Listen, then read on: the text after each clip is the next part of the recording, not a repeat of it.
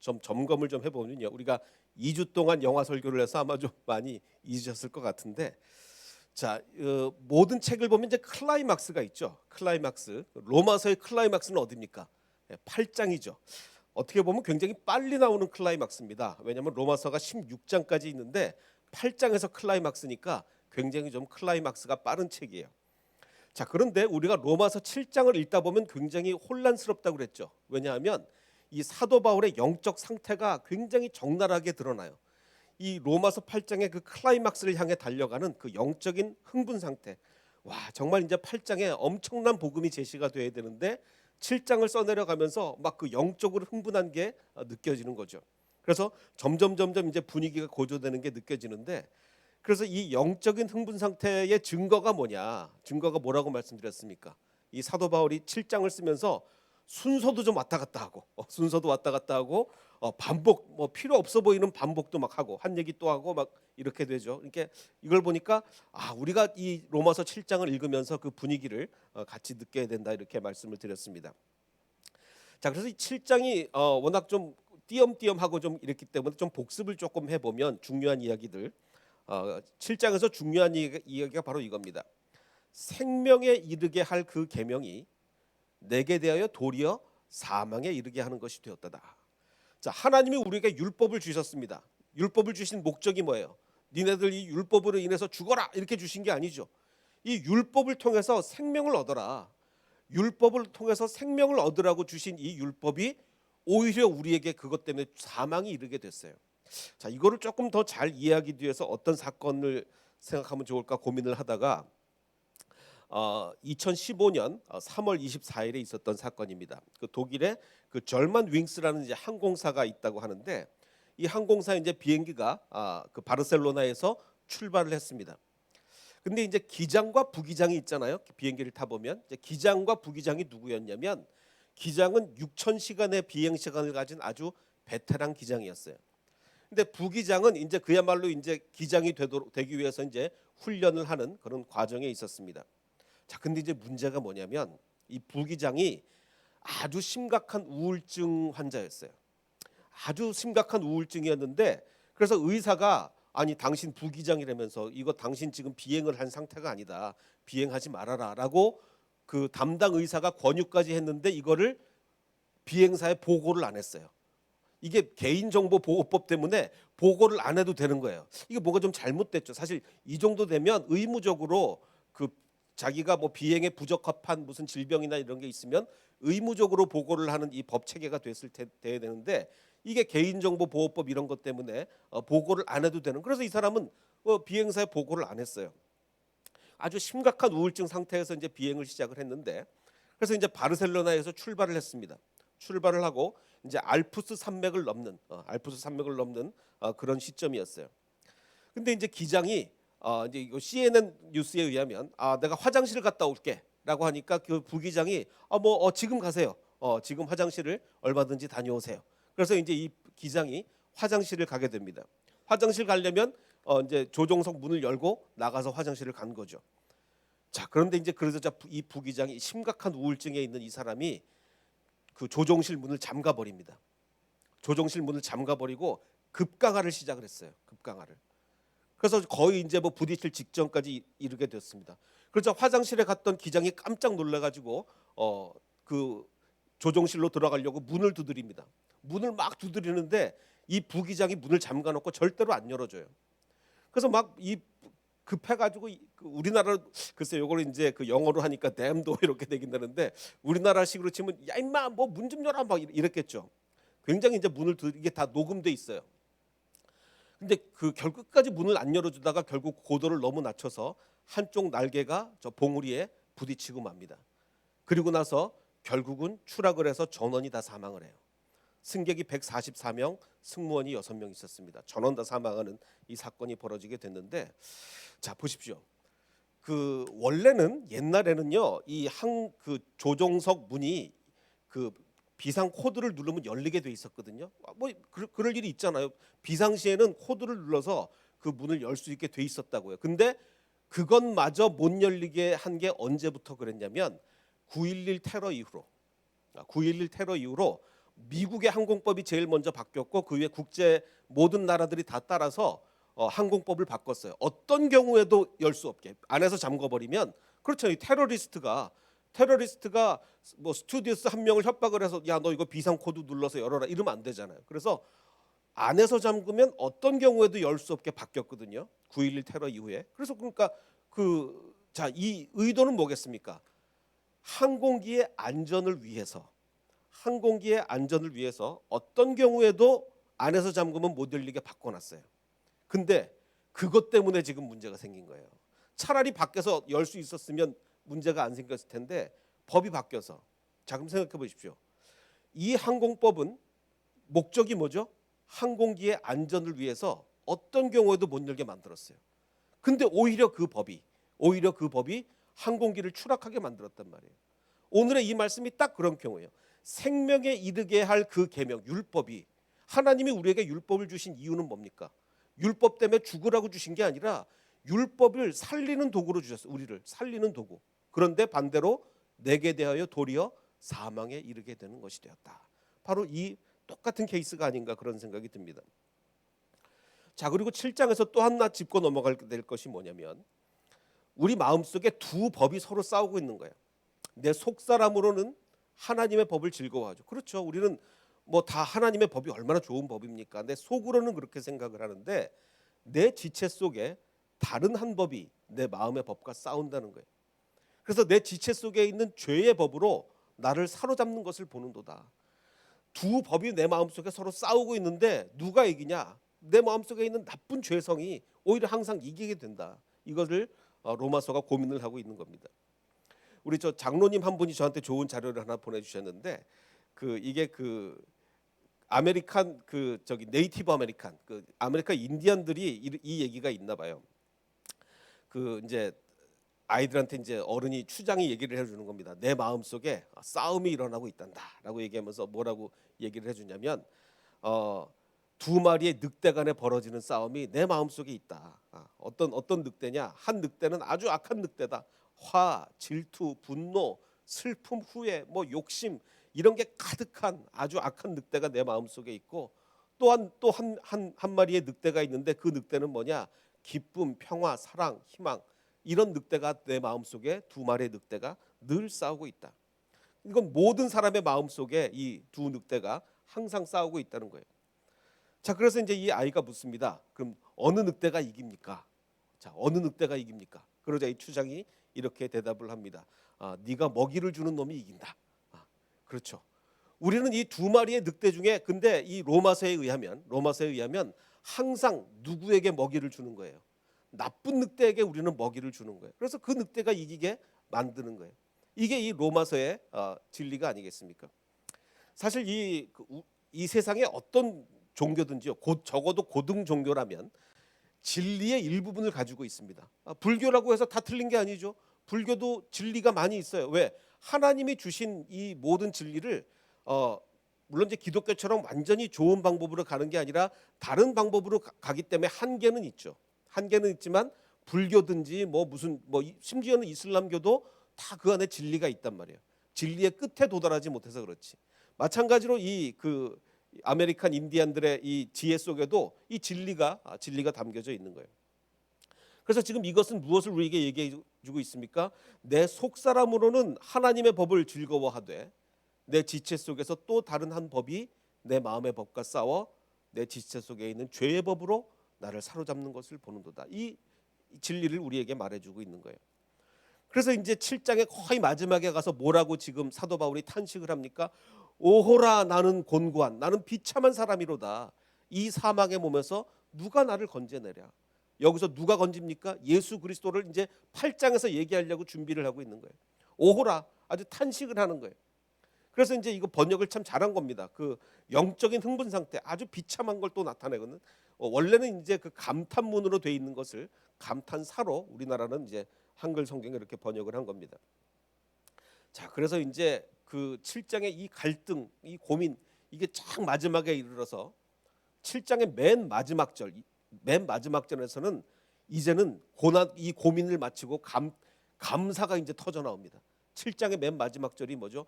우리 주 예수 그리스도로 말미암아 나는 이제 하나님께 감사하리로다. 7장의 고민이 이제 다 끝났어요. 그 고민과 좌절 이 모든 게 다 끝나고 맨 마지막 절에 우리 주 예수 그리스도로 말미암아 나는 하나님께 감사한다. 이렇게 이 감사가 터져 나옵니다. 자, 근데 여기서 이제 헷갈리는 게 있어요. 와, 하나님께 감사하는구나. 이제 문제가 해결됐구나. 그런데 25절 맨 마지막에 뭐라고 그러는? 그런즉 내 자신이 마음으로는 하나님의 법을 육신으로는 죄의 법을 섬기노라. 이게 지금 달라진 게 없잖아요. 달라진 게 없는데 왜 감사합니까? 뭐 달라져야 감사를 하지. 달라져야 감사를 하는데 아무것도 달라진 게 없는데 감사를 했어요. 하나님께 감사하리로다. 그 다음에 바로 얘기가 그런즉 내 자신이 마음으로는 하나님의 법을 육신으로는 죄의 법을 섬기노라. 이게 무슨 얘기입니까? 이건 무슨 얘기냐면 이제 그 원인을 깨달았습니다. 하나님 감사합니다. 내가 왜 이렇게 고민되는지, 왜 이렇게 갈등이 있는지, 내가 왜 이렇게 괴로운지 그동안 몰랐는데 하나님 감사합니다. 원인이 바로 그거였군요. 원인이 주님 무엇이 문제인지 이제 알았습니다. 감사합니다. 그 원인은 원하는 것과 행하는 것이 다른 것이 그게 원인이었군요. 라는 것을 이제 깨달은 거예요. 깨달아서 이제 감사하는 거예요. 그 다음에 이제 8장으로 넘어갑니다. 8장으로요. 그러므로 이제 그리스도 예수 안에 있는 자에게는 결코 정죄함이 없다. 예수께서 모든 것을 다 해결해 주셨기에 이제 정죄함이 없구나. 자, 근데 이 정죄라는 단어가 우리가 뭐 잘 쓰는 단어가 아니라서 이게 무슨 뜻인지 좀 헷갈리기도 합니다. 영어로는 condemnation인데 영어도 이 단어도 그렇게 잘 쓰는 단어는 아니에요. 헬라어는 뭐냐면 카타크리마라는 단어인데 이게 무슨 단어냐면 형벌, 처벌, 선고, 죄의 선고 이런 뜻입니다.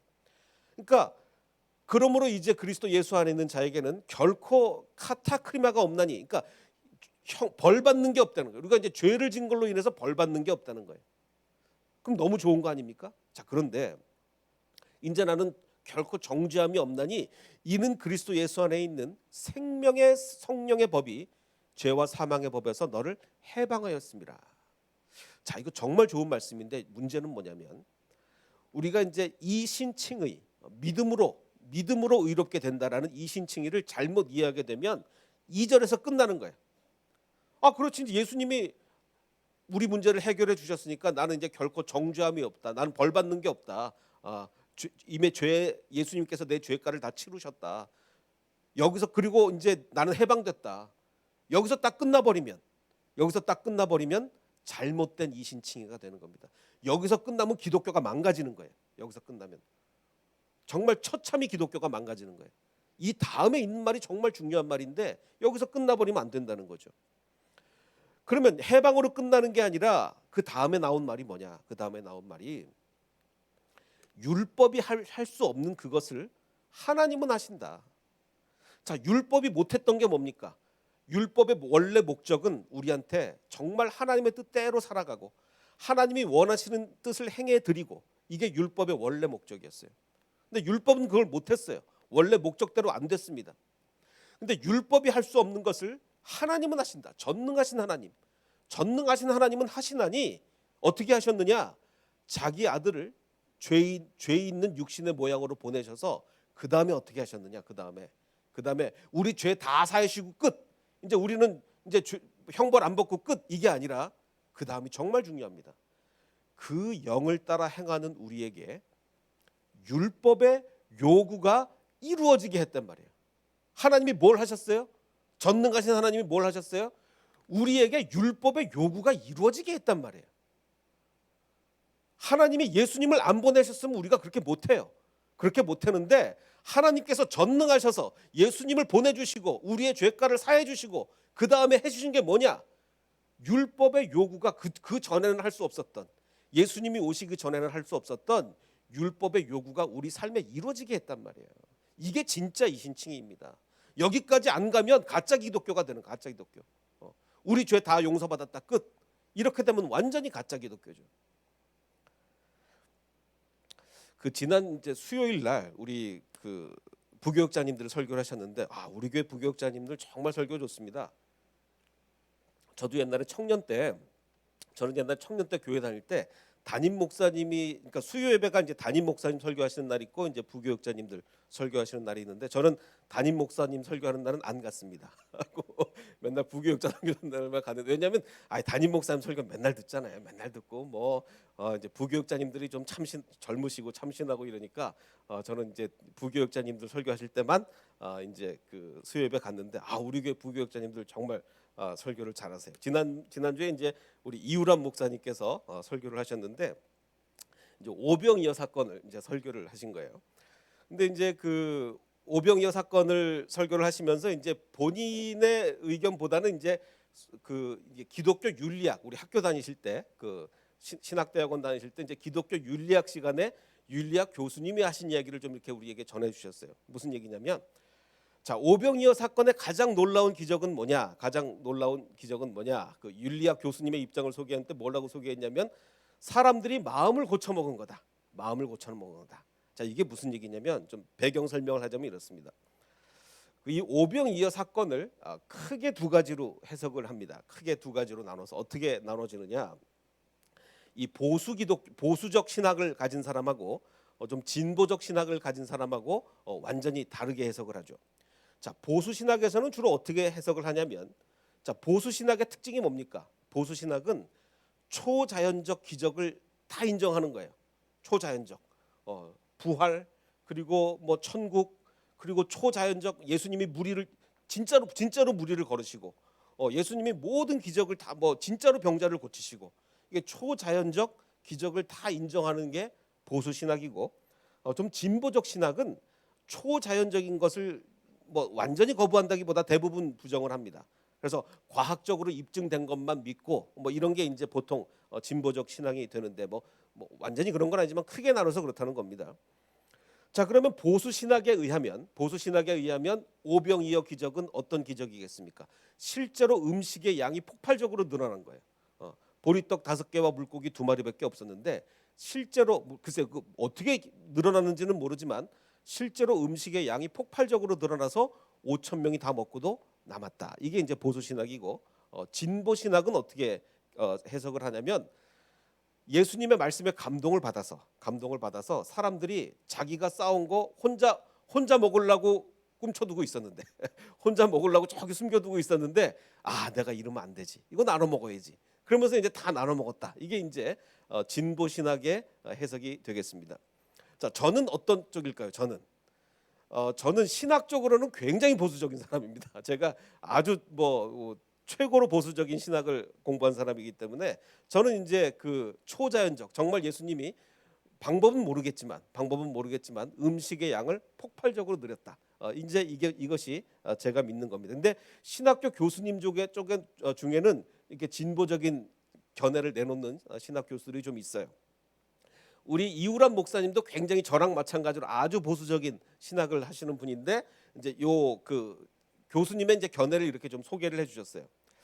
근데 저는 여태까지는 진보적인 것은 전혀 이렇게 마음에 와닿지가 않아요. 왜냐하면 이 능력의 하나님이 또 능력의 예수님이 뭐하러 이렇게 진짜로 음식의 양을 폭발적으로 늘리지 뭘 그렇게 막 그냥 뭐 사람 마음 움직여가지고 이렇게 했겠느냐 이렇게 했고 제가 옛날에 한 강해도 다 그 요한복음 강해를 보시면 그 관점에서 다 설명을 드렸고 이것에 대해서는 지금도 요만큼의 마음의 변화도 없습니다. 저는 분명히 믿기를 예수님께서 실제로 그 음식의 양을 폭발적으로 늘렸다고 믿고 있고 사실 본문을 아주 좀 세밀하게 분석해 보면 굉장히 긴 얘기가 돼서 제가 말씀은 잘 안 드리겠는데 본문을 세밀하게 분석해 보면 실제로 음식의 양을 폭발적으로 늘린 게 분명히 맞아요. 분명히 맞는데 예를 들면 이런 거죠.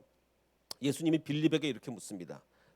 그 오병이어 기적하시기 전에 야 빌립아 우리가 어디서 떡을 사서 이 많은 사람들을 다 먹이겠느냐? 어디서? Where? 이 많은 사람들 다 먹이려면 떡을 어디서 사야 되지? 라고 빌립에게 물으셨어요. 이 예수님의 질문의 의도가 뭘까요? 이거 어느 식당? 뭐 그걸 물어봤을까요? 어느 반찬 가게? 뭐 이거 햄버거 먹일까? 뭐 버거킹? 뭐 예수님이 물어본 게 이게 아니잖아요. 맥도날드겠느냐? 버거킹이겠느냐? 이거 물어본 게 아니잖아요. 예수님의 질문의 의도는 뭐예요? 이게 지금 육신적으로는 해결이 안 되는 거예요. 하늘에서 내려서 먹여주시기 전에는 이 많은 사람들을 어디서 먹여요? 어디서? 이게 지금 2000년 전이라고요. 요즘처럼 대량으로 뭔가를 할 수 있는 시기가 아니에요. 2000년 전에 5천 명이 넘는 사람들을 어디서 먹입니까? 말이 안 되잖아요. 그래서 예수님이 여기서 말하는 어디서는 21세기 대량 그 음식 만드는 시스템에서의 뭐 맥도날드, 버거킹을 얘기하는 게 아니라 하늘에서가 아니면 이게 안 된다. 예수님은 그걸 얘기한 거예요. 근데 빌립과 안드레는 그 말씀을 이해를 못했어요. 그래서 뭐라고 대답을 하냐면 이거 200데나리온 갖고도 안 되겠는데요. 이거 계산하고 있는 거예요. 전혀 예수님과 핀트가 안 맞는 거죠. 안드레도 마찬가지입니다. 예수님 여기 보리떡 어떤 애가 보리떡 5개와 물고기 2마리 갖고 왔는데 이거 뭐 이걸로 당연히 안 되겠죠. 이러고 있는 거예요. 예수님의 질문의 의도를 전혀 파악하지 못하는 거죠. 그래서 질문은 어디서라고 질문했는데 지금 대답이 어디서입니까? 아니잖아요. 얼마나 양을 얘기하고 있잖아요. 예수님의 질문과 전혀 다른 대답을 제자들이 하고 있는 거예요. 그러니까 이 여러 가지로 볼 때 분명히 예수님이 이 음식의 양을 폭발적으로 늘리신 거예요. 오병이어를 먹은 후에도 사람들이 이렇게 예수님께 요구를 한 거예요. 예수님, 우리 조상들은요 광야에서 만나를 먹었어요. 라고 얘기합니다. 이건 뭐예요? 우리 조상들은요 하늘에서 뚝 떨어진 걸 먹었습니다. 그 얘기를 하고 있는 거예요. 그러니까 아마 근데 예수님이요 음식의 양을 폭발적으로 늘리셨는데 사람들이 눈에 보기에 막 위에서 막 음식이 뚝뚝 떨어졌다든지 그건 아닌 것 같아요. 사람들도 도대체 우리가 먹긴 먹었는데 어떻게 먹은 거지? 아마 몰라 분명히 많은 사람들이 먹었는데 눈에 안 보이게 기적을 행하신 것 같아요. 그러니까 이제 우리 만나 먹었습니다. 만나. 그러자 예수님이 모세가 너희에게 하늘로부터 떡을 준 게 아니라 그건 하나님이다. 하나님이 하신 거고 아버지께서 너희에게 하늘로부터 참떡을 주셨다. 나도 그렇게 할 것이고 또 나 스스로가 참떡이다. 예수님이 이런 말씀하시거든요. 그러니까 뭐 하나부터 열까지를 볼 때 음식의 양을 폭발적으로 늘리신 게 맞아요. 자, 그런데 여태까지 저는 이 진보적 학자들이 사람들의 마음을 예수님이 감동시켜 가지고 혼자 먹으려고 이렇게 숨겨놓던 거 다 내놓고 이거 전혀 마음에 감동이 안 됐는데 이번에 그 이우람 목사님 설교를 들으면서 제가 마음에 감동이 일어났습니다. 왜 감동이 일어났냐면 우리 가정을 한번 해보겠습니다. 가정을 만약에 저는 이제 보수신학한 사람이니까 만약에 예수님이 음식의 양을 폭발적으로 늘리신 게 아니라 진보신학자들이 얘기하는 것처럼 사람의 마음을 움직인 것이라면 그러면 이 말씀이 은혜가 되겠습니까? 안 되겠습니까? 저는 여태까지 은혜가 안 됐거든요. 은혜가 안 됐는데 우리 이우람 목사님이 국문학과 출신이시거든요. 이게 문학적으로 접근을 하니까 이게 은혜가 되는 거예요. 물론 이게 정말 만약에고 실제로는 예수님이 음식의 양을 늘리신 것이지만 정말 만약에 예수님이 사람의 마음을 움직이신 거라 할지라도 은혜가 되는 거예요. 왜냐하면 음식의 양을 많게 하신 것도 하나님이 음식의 양을 폭발적으로 늘리게 하신 것만큼의 은혜다. 그만큼의 큰 기적이다. 왜냐? 사람의 마음은 안 바뀌거든요. 우리가 마음 바뀝니까? 정말 나 혼자 먹으려고 저기 꽁쳐뒀던 거를 다른 사람 먹으려고 쉽게 내줍니까? 사람들의 마음은 안 바뀌어요. 이기적인 마음은 안 바뀝니다. 나만 알아요. 절대로 남을 위하지 않습니다. 그런데 예수님이 그 이기적인 사람들의 마음을 움직여서 다른 사람들 위해서 음식을 내놓게 만든다면요. 그것도 한 명, 두 명이 그런 게 아니라 모인 수많은 사람들이 다 그렇게 했다고 하면요. 이건 어마어마한 기적이에요. 물론 저는 아직도 예수님이 음식의 양 자체를 늘리셨다고 믿지만 설사 만약에 사람의 마음을 움직인 거라 할지라도 그렇다 할지라도 이것은 어마어마한 예수님만이 할 수 있는 어마어마한 기적이에요. 제가 왜 그동안 은혜를 못 받다가 은혜를 받았냐? 우리 이우람 목사님이 국문과 출신이라서 뭐를 창작을 했냐면 그 보리떡 5개와 물고기 2마리를 먼저 내놓은 아이가 아마도 이런 일기를 쓰지 않았을까? 우리 문학적 관점에서 일기를 하나 우리 목사님이 써주셨는데 이 말씀을 들으면서 제가 마음이 움직인 거예요. 뭐라고 이제 우리 이우람 목사님이 창작을 하셨냐면 이 아이의 일기입니다. 아이의 일기. 한참을 듣다 보니 예수님의 말씀을 한참을 그 설교를 듣다 보니 꽤 많은 시간이 흘렀고 슬슬 배가 고파 왔습니다. 사람들이 하나둘 주섬주섬 먹을 것을 꺼내 먹기 시작했고 저 역시 엄마가 싸주신 도시락을 꺼내 들었습니다. 그런데 함께 앉아 있었던 사람들 중에는 아무것도 챙겨오지 못해서 쭈삣하고 있는 사람들도 보였습니다. 배고파 우는 아이들, 나눌 음식이 넉넉치 않아 보였습니다. 실제로 그때 당시 이 갈릴리 지역의 경제 상황은 최악의 상황이었어요. 실업자들이 넘쳐났고 아마 이곳에 많은 수많은 사람들은 대부분이 실업자였을 거예요. 이거 일하는 날인데 평일인데 대부분이 실업자였을 것이고 대부분 먹을 거를 챙겨오지 못했을 거예요.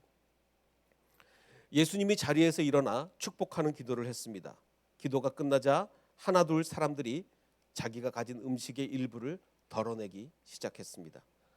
예수님의 말씀을 들으며 그 말에 끄덕끄덕했고 뭉클했고 뜨거워졌던 가슴을 행동으로 담아내리고 자기가 충분히 배부르지 않아도 배를 고른 누군가가 없기를 바라는 마음이 음식과 함께 광주리에 담겼습니다. 그리고 함께 앉아있던 5천 명의 사람들은 그날 자기가 가진 것 이상으로 아주 넉넉히 배부르게 먹게 되었습니다. 그렇죠. 이게 실제 상황은 아니었을 거예요. 예수님이 분명히 음식을 많이 늘이셨을 거예요. 그러나 그게 아니라 사람의 마음을 움직였다 하더라도 이것은 엄청난 예수님만이 할 수 있는 기적이라는 얘기죠. 그렇습니다. 예수님이 하시는 일은요, 엄청난 기적을 행하실 뿐만 아니라 우리의 마음을 움직이시는 거예요. 우리 햇세드 교인들의 마음을 움직이시면요, 제가 요즘 수요예배와 주일예배 계속 거듭 드리는 말씀이요, 사람의 마음을 움직여서 되지 않는 일이 없습니다. 이 세상의 모든 일은요, 사람의 마음을 움직이면 다 돼요. 안 되는 일이 뭐가 있습니까? 우리 앞에 놓여 있는 모든 문제들이 하나님이 각 사람 그 일에 관련된 모든 사람들의 마음을 이렇게 움직이시면요, 안 되는 일이 없어요. 다 됩니다. 다 됩니다. 예수님께서는 기적을 과학적으로 불가능한 기적을 행하실 뿐만 아니라 사람의 마음을 움직이시는 그런 기적이에요. 제가 지난주에 그래서 그 유튜브를 좀 찾아봤더니 어떤 그 오병이어 기적의 유튜브 중에서 그 컴퓨터 그래픽을 쓰지 않고 진짜로 엄청난 엑스트라를 모여서 찍은 영상이 있더라고요. 그래서 이게 뭐 2단에서 한 건지 정통에서 한 건지는 제가 조사를 하다가 좀 시간이 없어서 못했는데 그래도 예수님이 먹이신 게 분명하니까 어쨌든 이 영상을 좀 인용을 좀 하자면 정말 많은 사람들을 모여서 이 영상을 찍었더라고요. 전 이때 보면서 굉장히 감동을 했던 게 이 수많은 사람들이 그냥 성경을 읽을 때 그냥 머릿속에 5천 명 이러는 것보다 진짜로 막 이거를 그것도 컴퓨터 그래픽으로 한 게 아니라 진짜 많은 사람들이 모여서 찍은 게 얼마나 감동이겠어요. 이 유튜브 댓글에 보니까 진짜로 이 중에 이걸 찍었던 사람이 하나 댓글을 올렸어요. 뭐라고 댓글을 올렸냐면 정말 감사하게도 나는 이 중에 한 명이었다라고 댓글을 올린 걸 봤는데 자 보십시오. 이 영상을 찍는데 그 자리에 참여했던 것만 해도 큰 감동인데 2000년 전에 실제로 예수님이 오병이어를 행하셨을 때 그 5천 명 중에 한 명이었다면 얼마나 큰 감동이겠습니까? 이건 지금 이 사람과는 비교도 할 수 없는 그런 감동이지 않겠어요? 자, 오늘의 말씀의 핵심은 뭡니까? 오늘의 말씀의 핵심은 율법이 할 수 없는 그것을 하나님은 하신다는 거예요. 우리는 그동안 율법과 싸워서 우리 마음속에 있는 두 마리 늑대 싸움에서 늘 악한 늑대가 이겼어요. 선한 늑대가 이기지 못했어요. 우리는 늘 악한 늑대의 먹이를 줬습니다. 늘 악한 것이 이겼고 우리는 못했어요. 우리는 불가능했어요. 그런데 율법이 할 수 없는 그것을 누구는 하십니까? 하나님은 하신다는 거예요. 하나님은 하실 수 있다는 거예요. 물고기 2마리와 보리떡 5개 그걸로 5천 명을 다 먹이실 뿐만 아니라 그렇게도 하실 수 있고 또 때로는 사람들의 마음을 움직여서 자기 주머니에 있는 먹을 거 다 내놓게도 만드시는 분이에요. 하나님이 하실 수 없는 일이 없습니다. 율법이 할 수 없는 그것을 하나님은 하신다는 거예요. 그래서 결국은 그 영을 따라 행하는 우리에게 율법의 요구가 이루어지게 하는 거예요. 이거 율법의 요구 이루어진 거 아닙니까? 서로 내가 싸운 음식 나만 먹고 끝내는 게 아니라 서로 다 나눠 먹고 정말 배고픈 사람이 없게 하는 거, 이거 율법의 요구가 이루어지는 거 아니에요? 하나님은 율법의 요구가 이루어지게 한다는 거예요. 어떻게? 육신의 생각은 사망이요 영의 생각은 생명과 평안이라. 얼마나 평안. 만약에 두 개가 다 마찬가지죠. 예수님이 진짜로 음식의 양을 엄청나게 늘려서 다 먹이셨든 아니면 사람의 마음을 움직였든 두 케이스가 전부 다 얼마나 평안이 있었겠습니까? 얼마나 기쁨이 있었겠습니까? 하나님은 하실 수 있다는 거예요. 그래서 우리가 기도할 때요, 우리 살다 보면 얼마나 가다 막히는 길 얼마나 많이 있습니까? 이 막히는 길 속에서도 하나님이 사람의 마음을 움직여서 안 될 일이 없다니까요. 내 마음 움직이시고 상대방 마음 움직이시고 관련된 모든 사람들의 마음 움직이시면 안 될 일이 뭐가 있겠습니까? 5천 명도 먹일 수 있어요. 다 먹일 수 있어요. 우리가 아까 불렀던 찬양이 있죠. 전능하신 나의 주 하나님은 능치 못하실 일이 전혀 없습니다. 우리의 모든 간구도, 우리의 모든 생각도, 우리의 모든 꿈과 모든 소망도 하나님이 내 마음 움직이시고 다른 사람 마음 움직여서 안 될 일이 뭐가 있겠습니까? 신실하신 나의 주 하나님은 우리의 모든 괴로움을 바꿀 수 있습니다. 심지어는 밥이 없어 배고파 굶어 죽는 그 순간에도 이 괴로움도 사람의 마음 움직이시면 바뀔 수 있는 거예요. 불가능한 일 행하시고 죽은 자를 일으키시니. 저는 과학을 전공한 사람이지만 과학적으로 불가능한 일, 도저히 설명할 수 없는 기적을 제 삶에서 너무나 많이 체험했어요. 하나님은 정말 능력이 있으십니다. 정말 전능하십니다. 과학적으로 완전히 불가능한 일을 너무나 많이 행하시는 분이에요. 그를 이길 자 아무도 없습니다.